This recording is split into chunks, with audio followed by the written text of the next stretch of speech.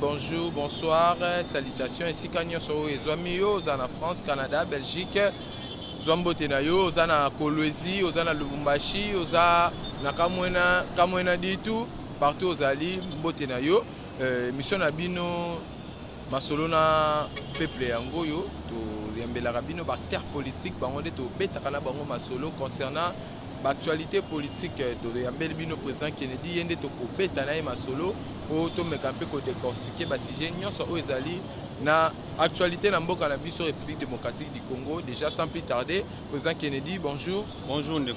Merci beaucoup vraiment pour répondre à l'invitation à mon collègue Alelo. Merci beaucoup. Bonne santé. Santé qui m'ezali. Santé qui m'ezali. Déjà à l'entrée du jet, tozo kota déjà na Mozindo ya o esangisi biso lelo na président Kennedy. Toza ba sujet belé to rosola lelo, toza un sujet ya maman Dominique, toza un sujet ya économie en mboka na biso, la manière dont hausse des prix salami na niveau ya marché, to moni pe carburant et mati na niveau ya République démocratique du Congo, to moni pe na niveau Assemblée nationale, bambutu mbutu ezali kuna. Il faut remplacer ya ndeko Jama Kaboun ou a ko déposer lettre d'émission na ye. Tout le monde qui peut na niveau ya présidente de la République ba révélation Salamaki, tout le monde qui peut na est a faire des na biso à Salaki descend sur le terrain à Kangi ba muna o babane ko déranger peuple congolais. Déjà président Kennedy l'entrée du jeune biso, tout le monde qui si je munene ou ko tombola vraiment moto na niveau République démocratique du Congo. Tout le monde qui maman député o ya ensemble à Salaki ba révélation moko oyo plupart ba congolais ba sepela ki na ngote na éviter soyo posa parmi bato ba sepela ki na ba révélation wana na sur le plan médiatique na ba marambo alobaki ya niveau ya tribalisme na éviter analyse ni ko sala par rapport ya ba dossier wana. Merci Ndeko. Ils ont pris biso pasi ya comment biso moko ba congolais to linganité par rapport à quoi biso tozo komituna mutuna moko est-ce que Katanga ezalaka libanda ya RDC to Katanga ezalaka na kati ya RDC? C'est là la question au biso tozali komituna na même Katanga wana balingi komona bikolo mosusu te balingi yango te. On se pose la question ya koyeba Katanga wana eza libanda RDC to eza na kati ya RDC. C'est ça la question biso tozo komituna poto yeba.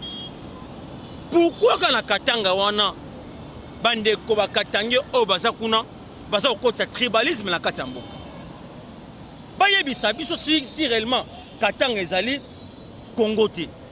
Si réellement Katanga eza na kati ya Congo, et ces gens doivent savoir que non, pour le moment les Congolais ne veulent pas tribalisme na kati ya mboka. Tose loko moko, mama moko, tatabo moko. Comment bandeko ba ko comme ça Katanga lokola bango, ba Katanga comme lokola état mususu. Mais ba eba ke non, mboka na biso Congo à l'époque banobe yango Zaïre. Ba occidentaux, ba sala des voies et moyens pour que ba sala bakanso ya mboka oyo. Et simbati. Même Congolais a dit qu'on a des divergences na biso. Mais Congolais a dit que mboka na ezala balkanzen. Ba Katanga banda kala ça fait déjà banda kala. Balukaka Katanga comme République mususu. Prévenez il y a récemment ba quelques mois otaki koleka biso awa. Bande ko wana ba misi drapeau mususu. Ba comme les katina ba média ba ke non Katanga komi mboka mususu. Tomoni lelo vidéo zali ko circuler et c'est quelque chose grave. Tout quoi ça na bande ko boyo. Au moins le chef de l'état auto nae aza motema mawa. Alingi mboka oyo, alingi peuple congolais. Aboyi bana mboka ba souffrir. Mais il y a des Congolais qui ne comprennent pas parce que toujours il y a ko pousser que mokonza mboka lobby a comme dictateur. Oh que ce n'est pas bon pour nous. Tomoni vidéo ezali ko circuler. Bazo bomande ko bazo bete mabanga bazo mamutu bazo lapide ye. Ba bomé poani. Pona bango balingi yoka langage na bango. Balingi bakasa ente. On dit Katanga ngo ezaka ta Congo te. Balingi bakasa ente. basobenga bango ke bakase baza bilulu ndeko na ngai est-ce que yo oza congolais obenga ndeko no keno aza bilulu aza bilulu ngo ko la elobi elilo baba nyama ba fumi ba biloko maka ndengo wana vous comprenez ça fait mal au cœur comme on a que non nos frères Katangé se comportent de la sorte et si aujourd'hui ça continue comme ça nous allons maintenant en appeler l'implication totale des chefs de l'État pour qu'il intervenir parce que trop c'est trop bandero ba comme ko exagérer Katangé za Congo nous sommes des Congolais et puis to lignité que non ba la biso division to boyango ndeko journaliste mais président Kennedy toyebi na Congo nyoso esala makezala car ba politicien de basala ngo nani vraiment bino bosali forte ya koyeba nani o bazali vraiment na se ya makambo o ba kabal o ya ko diviser peuple congolais mais bayebani banani bayebani je suis pas là pour citer leur nom bayebani ba leader na bangwana bayebi et parmi ces leaders non parmi ces leaders il y a beaucoup de gens baba congolais ni pas Katangi soro landi maman na azali Burundi papa na azali Ghanéen noko na azope na songolo pakala mais bango nde baza la base ya kokota intoxication na mito ba congolais pour que bainana non naza wana non bazo na déjà division ya peuple congolais na kati ya mboka na biso bayebi déjà bamiyebi bazo landa penga très bien mais na boy naza pona otanga bakombo na bango te mais amiyebi que non bango ne baza à la base ya makamtu osama na kati ya Katanga ya kolela biso ba tribalisme ba division inutile bakoma na point que bakoma ko lapider ba congolais entre biso na ba congolais to ma na kati ya Katanga notre bible ko na eko simba te Katanga za biso surtout mboka biso za biso surtout to boy division nous avons papa moko mama moko eloko e5 sa biso zali mboka oyo to boy bala bakeno ngai Kasayen ngai Katangé ngai Muyaka ngai Mush tout comme non tous eloko moko les chefs de l'État est en train de se battre pour que tribalisme et c'est la mboka mais ça va tout ba comprendre to éviter est-ce que moko mboka a procédé de manière discipline to yebi en côté ce qui se continue boy là to resenga implication carrément chef de l'État parce que trop c'est trop to boy comme guerre civile to ngi moko mboka ça marambo tout parce que personne ne peut accepter que no ba amande bazo bomande ko na mabanga na banzete non et simbate on est carrément impossible. Mais état de droit, bon justice c'est ça les locaux pour na kokanga ba fondateur ya eloko wana bato basali ba crime wana ya kobomandi ko na biso ce total yango ba image wana sali vraiment bien té. Nous tous nous sommes des Congolais.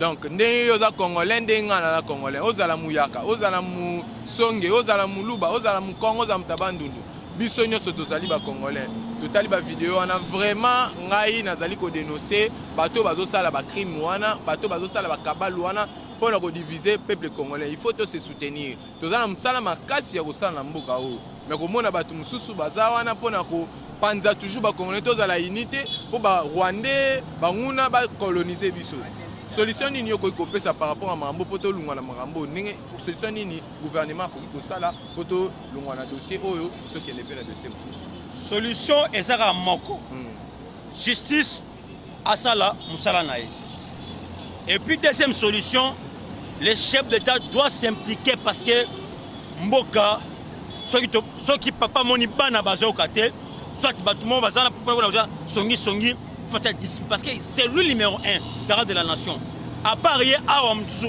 a refait na mbanga na mboka o azate donc ça dit il faut s'impliquer to boy tribalisme to boy yo non toni bloquant toni que notre sango za lelo moko pour que Congo ait avancé soit moni ceux qui ba moni muto azo tribalisme mi pe ko zawana elandela batu wana pour que batu wana tout basala aux arrêts mankama tout esil c'est simple déjà la moni peut évoquer sujet il y a justice tous en état de droit mais lelo déjà to mona ki ndeko na biso Vital Kamerhe to ya biso so to landa procès o eleka na RTNC congolais nyonso alandango vraiment de près to yebi ndenge e marcha ba konana e 20 ans donc mona ayeko zwa liberté provisoire qui n'a pas se faire soigner mais le dossier na ezalaki na cour de cassation et sika ba avocat na baza ko senga na cour de cassation annuler condamnation au ba pesa na cour d'appel il y a 13 ans wana pour ba libérer azala sous condamné déjà bah commentaire nous anini par rapport à dossier voilà. Bon, ndeko omoni mutuna otuni ngai ngana za justice. En fait, du moins, si réellement la justice va trouver que non, Kamere n'a pas un problème, c'est à la justice, mais quant à moi, la justice, et puis justice, c'est l'accusation de quelle manière Kamere est coupable était. Parce que il aurait que Kamere est coupable de ma maison préfabriquée. Mais là, tout le monde est Kamere Bimi. Il y a 57 millions, si je ne me trompe pas. C'est ça. Tout le monde est Kamere Bimi, Azali Banda. Nani misi Kamere ezali justice. Yambonoko avec justice azu Kamere a mis libanda. Peloko babi que non bazo ko longola peine na ye. To sai na mi pe kopé bala sabiso de quelle manière oyo ba longola peine na ye et de quelle façon ba longoli peine na ye. C'est ça le problème. Nous biso to daka justice ntoza na makambo na pe la sabiso peuple congolais to yeba ndengeni ni ba quitter est-ce que est vrai et faux ba la station ndengeni ba quitter c'est est-ce qu'il y a un dossier wana ya ba so de moutons ba maison préfabriquée ça pe na mouton azo subir vraiment peine na ye au pas zongisi na mbongo te jusque là je ne sais pas parce que ezala on est allé makambo ya justice jamais na peuple congolais mbongo ba yibeza yo nanga mais yango na lobby nous sommes tous obligés à kolandela ba yango na lobby ngana to assister bango moko o bakangi batu wana ba ne sengeli ba prouver parce que si réellement que bateau o bazana on bazo c'est là quelque mbongo ndambu c'est à eux et ça bisoté jusque là je n'ai pas de preuves pour l'expliquer non jamais la zone ici mbongo to yebite les restes to yebina mté c'est que justice wana o kangi batu wana ndepe ko informer biso makambu nyonso ndenge ezali c'est ça un pays tomonaki ndeko Basile bandeko ya la muka baza ko finga e to éviter qu'est-ce qui se passe ça sala ki ba révélation médiatique na éviter soko landaki soko ko yeba pe par rapport à Sijango au éclaircir bisongo to zo pe ma précision par rapport ya ba déclaration ndeko Basile à salaki. Merci beaucoup ndeko Basile a lobby clair que non sur les élections ESM la 2023 te charge ba pe sango na muto chef de l'état ti pour na lobby que charge ba pe sango na ancien gouvernement ya Ilunkamba. Maintenant, on se pose la question de savoir, est-ce que l'ancien gouvernement Ilunkamba, Sylvestre Ilunkamba, le gouvernement qui est préparé pour 2023, le actuel gouvernement Samaluko, ça c'est point d'interrogation. Avec les régimes actuels, et ce régime est l'état de droit, et l'état droitier, et l'état symbolisation, normalité normale. Maintenant, quant à la vision du chef de l'État, le président de la République, quant à lui, pour aller en 2023 élection et Salima. Prévenez, il a eu à donner tout dans l'actuel gouvernement. Pas contre Tabayo Kana, pas le cas des voies et moyens, va trouver un compromis pour que 2023 élection et Salima. Pourquoi je l'ai dit? Tu sais qu'il n'est pas un dictateur. Il n'est pas comme Kabila à l'époque, dans le régime machiavélique qui a. Il y a Kabila, c'est un homme droitier. Et si aujourd'hui, ces gens, il y a un régime à Kalaté. Le président de la République, Azamoutou, a un droitier normal. Si Kebango est incapable, le gouvernement même actuel, même ancien gouvernement actuel, les Warriors, qui n'a qu'à démissionner, est capable de rebondir sur l'élection en 2023. C'est comme ça. Et si aujourd'hui, Basile Azolo Babongo, c'est parce que rien ne s'est fait. Rien ne s'est fait et rien ne prouve que non. 2023, il y aura les élections. Et c'est ainsi que je dis ceci. C'est le gouvernement Sylvestre Nani Samalukonde. Gouvernement Samalukonde.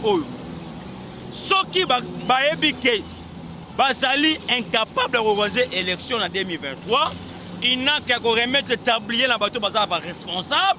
On va recevoir cette élection en 2023. Pourquoi? Parce que je le dis clairement que non. Tu sais qu'il n'est pas un dictateur et il ne sera jamais. Et il sera le premier président dans l'ère de l'Afrique, dans le monde entier. Par exemple, il va respecter. Lui, c'est un homme de parole, c'est un homme de respect. Il y a un test. C'est ainsi que je demande Nabandeko, Bassala Lombangu, ceux qui sont incapables, de démissionner. Mais le lot déjà bilan ni okoko sala parallélisme nini ya bilan ya Samalukonde na bilan ya Sylvestre Ilunga nani masali bilan malamu entre les deux gouvernements Là, je vous dis clairement, parce que je ne suis pas un sentimentaliste. Premier gouvernement, il y a Sylvestre Ilunkamba. Il y a eu gouvernement moko et il y a uniquement Ponako. C'est la coup d'État contre le chef de l'État. Oh, comment ça? Je vous dis cela. Bango qui peut travailler pour la Mbokate. Qui uniquement pour la Bassani. Le régime machiavélique, Botoli Biso Yango, tout responsable, Koti, na mutu a sommet en Mboka, vous savez, tout le cas de voix, c'est moi comment il y a qu'à éliminer le régime. Zambe pas boya non, et Simbati. Zambe a renversé le gouvernement Sylvestre Ilunkamba. Toyena, union sacrée. Il y a les warriors. Tellement. Ils ont même. Parce que les Konangaï, bateau basé dans la union sacrée, va travailler dans Mobutu. Na Kabila les pères. Va travailler pendant Kabila fils. Va coquille jamais Kolingate que notre Tshisekedi avancé. Va coquille jamais Kolingate le Congo est bon. Là, c'est qu'on se dit, là, c'est la vérité. Gouvernement OEE, c'est quoi pour bloquer toutes les actions du chef de l'État. Binomoko, Bozomon. Pour les Européens, ça ordre. N'est pas ministre. Tous ces années, c'est pour bloquer la vision du chef de l'État. Ministre économie. Mouto FDC. Ndenge toye beli biso surtout parce que azana kati ya gouvernement ya bale warrior. Ndenge toye beli biso surtout na mboka mobimba. Soki dollar et mati et sengeli pe biloko pe et mata. Ba prix échangé. Mais et pas na biso $100 et ça na 200 000 francs congolais. Et bougete ka 200 000 francs. 200 000. Biloko toyo et là ozaki ya 200 francs. Et comme il y a 300 francs. Il y a 300 francs et comme il y a 500 francs. Aussi longtemps dollar raison matate, comment expliquer le raison matate dollar na même 40 même standing wana. Il faut se poser la question. C'est ainsi qu'on a compris que non. Batu wana ndenge baza wana baza même pour produit outina Kabila na Mobutu ba kolingate ke makambo sani et avancer. Tolongo wana na pesa batu par exemple kaka typique mokonzi mboka koti réunion ya conseil des ministres a instruit na ministre du budget na ministre de la finance babi misambongo ba pesa l'équipe nationale ba tama ba tout makamyo so esali esim bayoki babi misimbongo mais ba zimbongo ba fini mbongo ba ko sala ba mauya pour que dans son organe ciment, tout ça c'est pourquoi vous allez bloquer le chef de l'État. Entre les deux gouvernements, et l'autre ancien il y a même gouvernement poto. Au contraire, le chef de l'État est en train de travailler seul. Kita mata zonga kabo kakaye moko les restes kuna bon ça là et le remonte kaka chef d'état c'est ainsi to sengi boye pour que makambo esimba ndeku esengeli mokonzi mboka a sala une nouvelle classe politique et si le chef d'état arrive ensemble une nouvelle classe politique en sala on est mais batu base belé et bongo yo et bongai mais toyebi la manière dont ni commissaire na situation la partie présidentielle les acquis majoritaires atteint un niveau à l'Assemblée nationale. Il y a un qui fallait l'associer dans la partie politique pour former majorité dans le niveau Assemblée nationale. Il y a un union sacrée. Tout le monde chef de l'État a Salaki divorce na bandeko ya FCC ayaki ko sala union sacrée na union sacrée tout le monde a acteur politique ba qui ko s'adhérer pour ba landa vision aye mais lelo soki simbité est-ce que solution ni surtout ko sala pour lelo président Kennedy non c'est pelotanga la biso non sika wana ba commune peuple d'abord ba commune ni peuple d'abord ba commune ni les peuples d'abord où allons-nous tozawa puis na les peuples d'abord lelo tomoni ba prix ya biloko na niveau ya Wenze et mati tomoni carburant et mati na ebité est-ce que le peuple d'abord toki koloba on sous comme slogan. Non. Dans le peuple d'abord, c'est-à-dire quoi? Pour la ressource peuple et puis deuxièmement la vision mokonzi mboka azomema. Mais si ko bango balingi vision wana te. Balingi le peuple d'abord. Et on a dit que non pour que mokonzi mboka réussisse mission à peuple d'abord. Et c'est ça là une nouvelle classe politique. En ça là on est yo perception schéma au fois ça la classe politique naïe. Manière rebelle. Au moment où les lobino les bozala ini tozomona bandeko mususu baza wana baza ko combattre au azali chef disons tokolo ba secrétaire général ya parti ndeko Augustin Kabuya tozomona ba parlementaire de bu mususu bazali ko combattre est-ce que beaucoup former classe politique en ndenge ni na manière nini au moment bino moko no boza unité.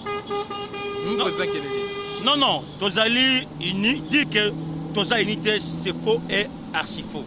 Bato yo groupe batouana oyo ba sala makambwana c'est parce que ces gens veulent leurs intérêts. Babo sani que non. Nous avons un problème très sérieux dans Mboka. Où est-ce que nous soucis à peuple Congo? Les loyaux, j'entends les gens réclament du travail. Est-ce que c'est l'un qui est élu de peste dans Mboka? Il faut passer la misala. Peuple congolais, à Rosalate, Kakabiso de peste. Non! Notre souci, c'est quoi? Nous devons d'abord accompagner la vision du chef de l'État. C'est ainsi que non. On va vous en la chance de la UDPS. On va vous en chance de battre la partie, mais les partis doivent aider ceux qui sont restés. Dans la partie pour regarder temple la partie. Là, c'est non, partout dans le monde. Et Rabongo, les autres sont clairs. Augustin Kabuya, de la manière dont il est tenté de travailler, il a travaillé qui te Slovaquie. Parce que l'UDPS, c'est un parti loukouniste. Parti à Lukuna Makas là qu'on dise des vérités sur la monnaie mutuelle la place mon son pakala mbalamoko likunyeye mutuana azaboy mutuana azaboy non. Oh, le président de la République Tangwache Kabuya wana parce que c'est lui qui a mis le secrétaire général place Zali Yemoko chef de l'État. Il sait pourquoi Tche Kabuya place wana. Et je vous dis aujourd'hui depuis que Kaboun a été la gérance, il y a eu des places. Il y a la vérité. Nous avons dit que Kaboun, quoi ça le Kaboun, ils ont dit que Aïe Bissabiso, n'importe quel Kaboun, bande quoi la sorte, Baby Bissabiso. Bah toilette, ils ont bien été. Bah quitte, il n'y a pas de places, il faut qu'il y ait un rôle, bah quitte. Mais parti présidentiel. On a très bien. Bah Céline le Koufa. Bah Fédération Koufa. Mais n'a pas de mois au Kabouya quand même. À Sombi, il a fait 1800 chaises. Non seulement 1800 chaises, il est en train de négocier pour une machine à imprimer une carte biométrique équivalent à $1 2000 francs congolais. Kaboun nous a pris de l'argent, c'est $5 il y a une carte. Les lots sont bons et tout ça, on comprend. Et si aujourd'hui le secrétaire général Augustin Kabuya est en train de travailler, aïe, na sala kiboy, na kibote, balobi, Moussala et moi na bilembo. Et ça na bande qu'on a biso oyo déjà ba bosani lit satisfait de le père. Babungi qu'est-ce qu'il lui de pèse babungi yango. Et ça sous ba comme consomme ba mutu pas votre perdre net moko. Gilondo asombela yeda. Mutuka ya arrière ya sim. Les mêmes mutuana azobi manam nanzela afinga parti. A tous un problème na Kabuya. Le bonne na Kabuya mais parti te. Parti ça nda kuna biso sengele to bomba yango. Même ici ma belle sali. Elle ko la nda kuna biso, j'avais trop malbana que to ba makam te. Ko bomba yango si un problème, on doit se voir entre nous to régler yango entre biso na kati ya nda kuna biso. Ce n'est pas dans de rire, dans les médias, on va le non, boy non. Aujourd'hui, je vous confirme, le Bible dit Melangaï, Kabuya Bozomona Oyo, c'est un message qui travaille. Là, je vous dis, mais tout le monde aura lobby Nabilemo.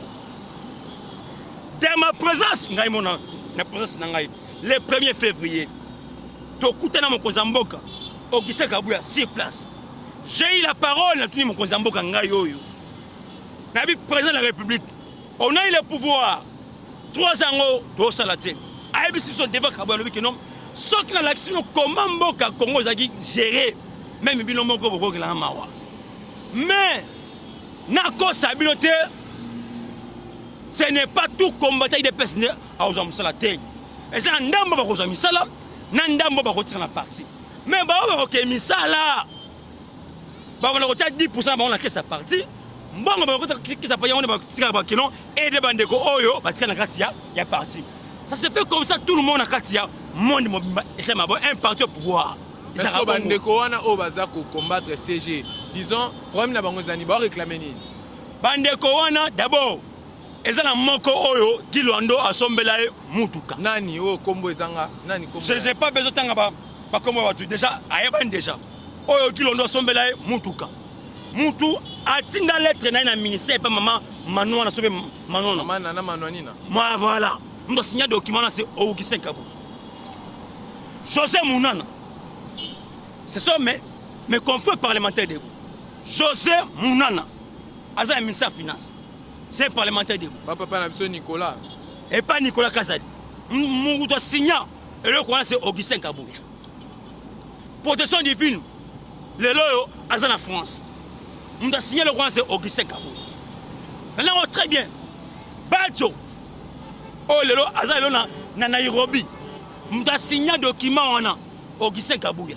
azo sani na Nairobi avoyer na ministre na Nairobi na compte musala aza mto ile pesa tout batu on entend le combo batu ile pesa donc quel souci Kebano Mwamba azeba if Boncoul on a un document là yemoko nani Augustin Kabouya beaucoup merci ya Selemba mais c'est nani Augusto merci le document nani Augustin Kabouya oh maintenant ce bandeko na ngai wana za o kabundo asite wana Kabuya yemoko so yebisa ngai Kabuya mboka oyo ezaye isa congolais il doit prendre tous les combattants IDPS ati maintenant les congolais maintenant pas aux misalate mais il a déjà fait un pas assez et sinon tant ça remaniement il aura la liste tolongo wana atini ba combattants na INPP na INPP dans ma présence j'étais là 300 brevets pas moi na misu nanga je ne sais pas qu'est-ce que le secrétaire général est en train de faire mais quand même pour la ngai tu vas nous dire une chose il y a bonne pour la secrétaire général en tant que secrétaire général il y a des partis présidentiels mais est-ce qu'on décorona le loyo a comme la mituka na mapangu à travers Augustin Kabouya malgré comme il a la PPRD. Là, je l'ai dit, pour que ah, salut, Ayebi, on a nangai babi que non, nazola bela mtentel. Les loyaux, ceux qui a commis bongo, c'est grâce à UDPS. D'ailleurs, hier fois c'est pas passé déjà hier, à la part na compte UDPS, soit ba combattant non nous bazuité. Bangosko bazolo bate, mais déjà azui, azolo kasu nini.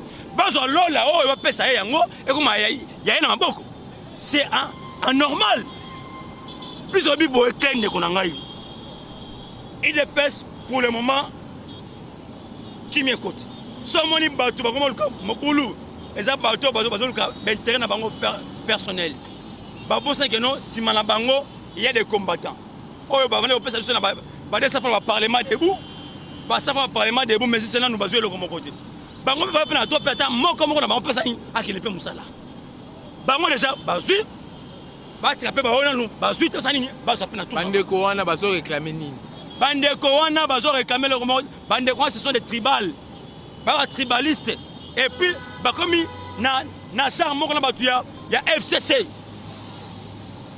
ba su ba bandeko na biso ba tellement souté bon conseil ni européen ça na bango alors conseil européen ça na bango si réellement bozali batoyi de pesa ya solo bolingi kimia ekotaka parti bolingi ko accompagner biso mon conseil mboka et sengel tolanda o mai chef d'état osenga na biso mutu tia Kabouya awa ce n'est pas moi ce n'est pas bango c'est lui-même le chef de l'état le grand mon conseil mboka tia place wana nous devons suivre ce que mon conseil mboka osala parce que telemeli Kabouya au chef de l'état ce que mon conseil mboka aboyé c'est par là ngai na bino peso sanini to boyé.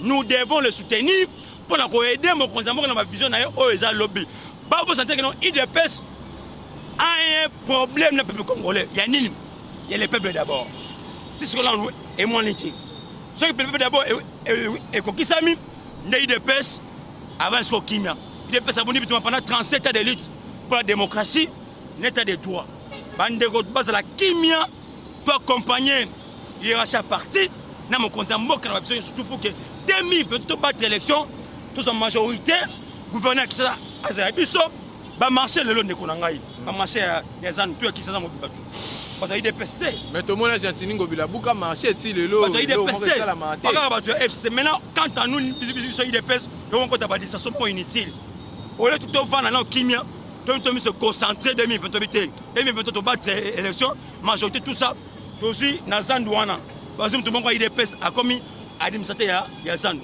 liberté ba tiam tout le monde IDPS gambela mtu IDPS partout mtu IDPS soke na ba marché le lo na ba pepe na ba pepe mtu IDPS mo na kuna zalaka na ye te au lieu tout son ba réflexion wana to boto na ba biloko wana surtout déjà bazoko ta ba distraction inutile oh kabuya boy oh boy ça c'est tout ba distraction inutile nous devons d'abord pouvoir dans maboko nyoso à 100%. À 100% faut tout ça to ina pour nous à 50% kunanga donc ça bande kona bazonga sima batika biloko wana sinon te etali bango moko ndiko. Ouais, on est à présent Kennedy, il y a toujours masolo concernant Makambo Italie, Mboka biso République démocratique du Congo. Donc au tozali à niveau il y a 10e limité, liboso il y a siège il y a IDPS. Donc tozali à présent Kennedy, il y a toujours vraiment masolo concernant ba sujet oyo ezali vraiment ah présent Kennedy, tout le monde qui na niveau il y a est du pays état de siège, président décréta état de siège pour na ko bengana ba nguna o ba combattre biso peuple congolais ba bomaka biso jour et nuit. Déjà bilani européen ça na état de siège au chef de l'état a décrété qui depuis ba année au Tikoleka. Bon, bilan état de siège ezali positif par rapport à quoi? Auparavant, tant état de siège ezala quitté bano bon batu ndenge bali. Mais les loyo avec l'état de siège au Mokonzambo a décrété on voit quand même que non faire de à contrôler zone et puis tout comme au monde on a des rebelles tout ça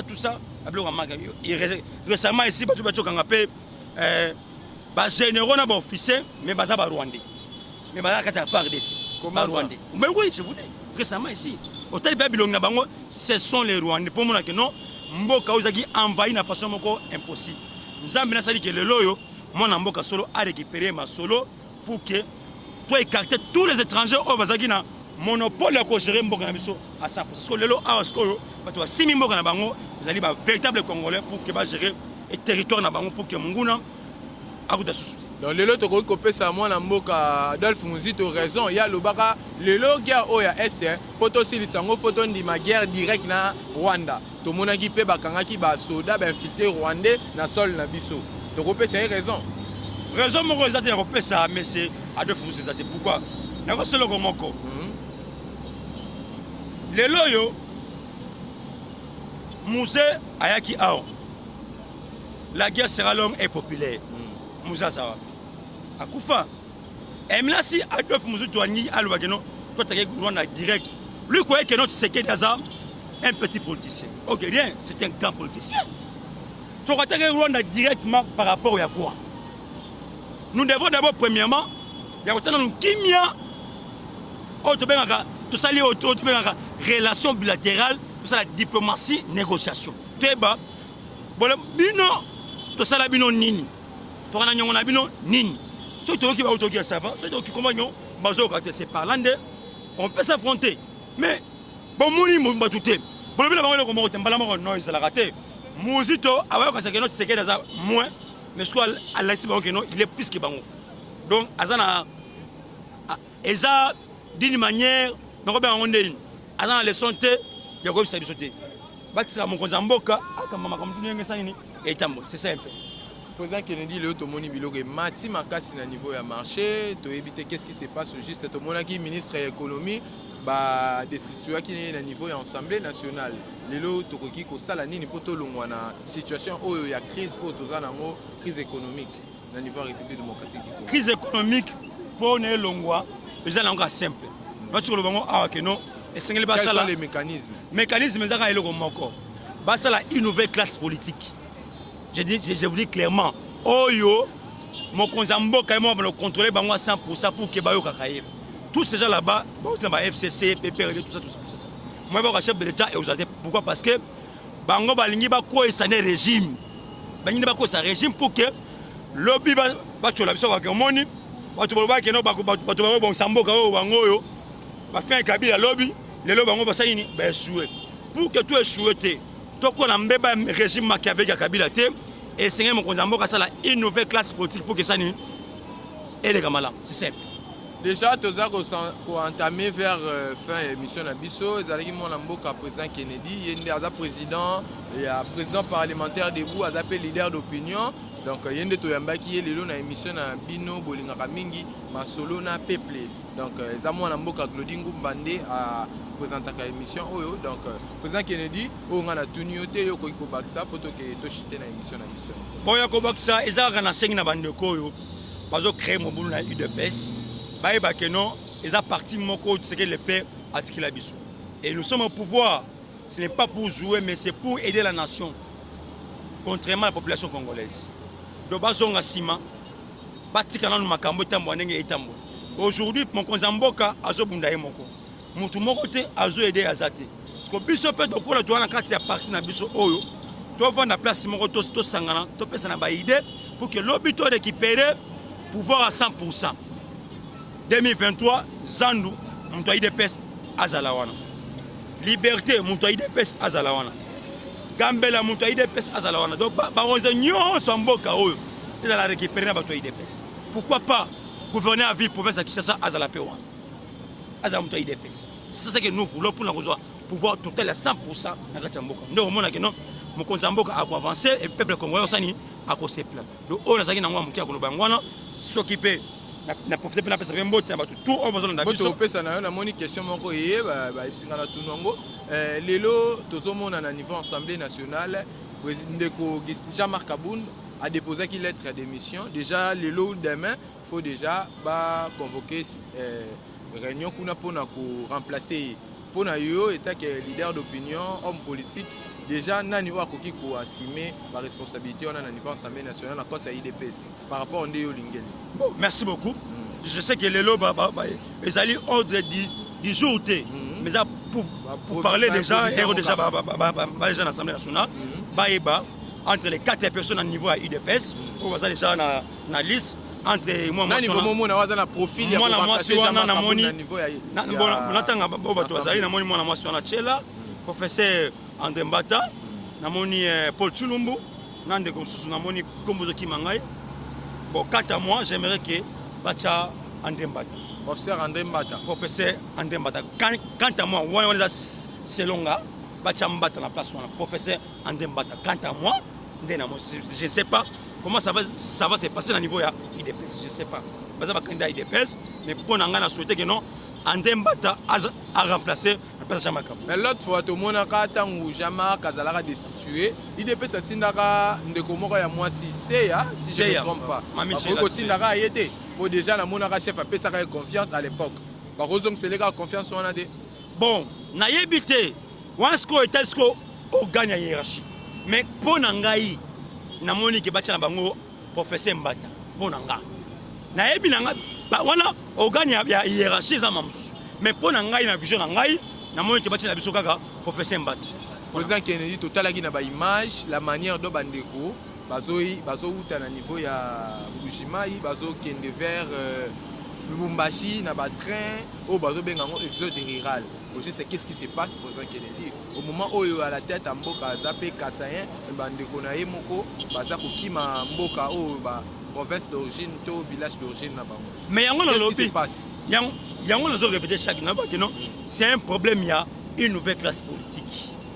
Et ça problème quand une nouvelle classe politique ba mtu wana tout dans la banda ba Mboka ba province biso aussi non. Ça va sera chef d'état c'est une nouvelle classe politique Mambutu et sinon c'est simple. Le président Kennedy a toujours un chef de l'État a créé une nouvelle classe politique où il y a soutenir une vision au niveau de la magistrature suprême. Donc, les alaki moi le président Kennedy yende to beta ki na masolo na émission na bino bolinga mingi masolo na peuple. Donc masolo na peuple eza pe na ba partenaire o ba soutenir kango to moni lokola tonton Van Mikobi Kwete o azali leur superviseur. Donc il peut azali parmi bato ba soutenir la émission na biso to monaki le très spécial l'honorable Yann Bongibo to monaki le tout puissant Trésor Olangi to monaki ya na biso ya die baseke o azali pe parmi ba investisseurs o bazo soutenir président Fachi to monaki Maman Nerline na niveau Australie. Donc Maman Nerline to pesio ba mbote to lingaka o mingi to monaki bébé Sarah Manenga o azo fêter déjà anniversaire na ye to pesi joyeux anniversaire na niveau ya Angola azo fêter anniversaire na ye. Donc bande nyonso bo soutenir biso Maman Jacqueline Lumbu, bo soutenir biso Maman Grachela, bo soutenir biso. Donc Lionel Pakou bo soutenir biso, Herman Ngumba bo soutenir biso. Bijou Black Kwango na niveau ya Conseil d'État. Bon, continuez toujours à soutenir vision na bi ya émission autolobela émission na bino bolingaka mingi masolo na peuple. Président Kennedy, un mot de la fin to kene na chute. Mot de la fin to zaka eloko moko to simbana to tonga mboka to boy division na UDPS. On est derrière l'URHA parti et derrière le chef de l'État pour na luka majorité na 2023 et puis na pesi mbote na mingi na Madame Nangaye et puis na Augustin Kabouya, toute l'équipe ya Yokabas TV, premièrement pena Yomoko, Ndeko, na peso Mbote Bele, pour na musala kitoko, oza osala na niveau Yokabas TV, et puis na PCP, toute la diaspora congolaise, caméraman na Sima Caméra, Aris, na PCP Mbote Bele, na déjà chaîne Abécho, la PCP Mbote Bele, numéro WhatsApp 243 85 11 72 341 puis 243 85 11 72 341. Merci beaucoup. Wanezaki président Kennedy, donc bon continuer à soutenir l'émission na bino bolingaka mingi masolo na peuple. Donc bon continuer toujours à soutenir biso. Merci Maman Candide Mounongo, merci beaucoup. Tokutani à la prochaine.